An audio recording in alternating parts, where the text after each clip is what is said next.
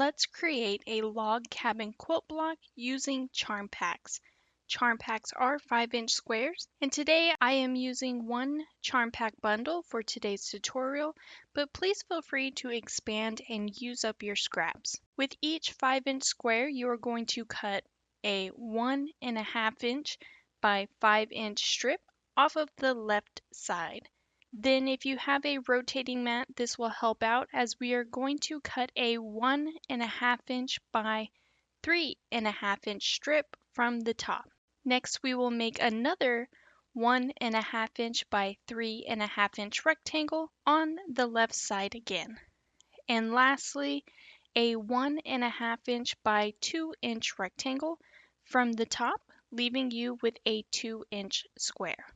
If you have seen or made my layer cake log cabins, this should look familiar but on a smaller scale.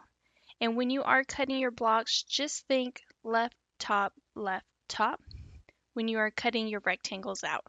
Now all you have to do is repeat this step to all of your 5-inch squares, and I will also have the measurements in the video's description for you. Next, we will mix up our prints, and you guessed it, we will sew everything back together again. We will now work backwards from the cutting instructions. First, you will take your 2-inch square and sew the 1.5-inch by 2-inch rectangle to the top of your block. Next, you will take a matching print and sew a 1.5-inch by 3.5-inch rectangle to the left side. Now, your strip will be longer than needed. This is fine, but I recommend hanging the tail or the excess off of the bottom. At the very end, we will square everything up. Next, we will take a new print in a 1.5-inch by 3.5-inch rectangle and sew it to the top of our unit. Once again, there will be excess fabric, and I recommend hanging the tail off to the right side. Lastly, in the same print as your previous step, you will take a 1.5-inch by 5-inch rectangle and sew it to the left side, leaving the tail end hanging off at the bottom to complete your messy quilt block. And once everything is sewn together, you're going to square your block to a 4-inch square. If you had the excess hanging off as I recommended, technically you would only need to trim off those two sides.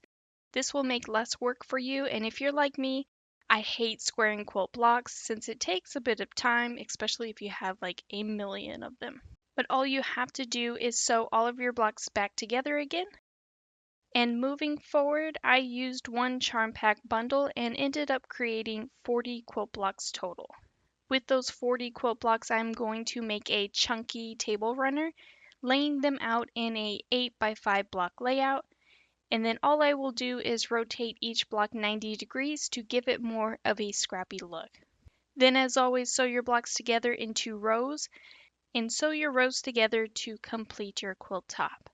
Here is what my charm pack log cabin looks like all finished. Once again, create as many blocks as you want. Go big, or even better, use up your scraps from leftover projects or even scraps from jelly rolls. Now I am using a matching print from within the collection for my backing. On screen, I selected military gold for the thread choice, but ended up changing it to warm gray number 4 from Glide Threads.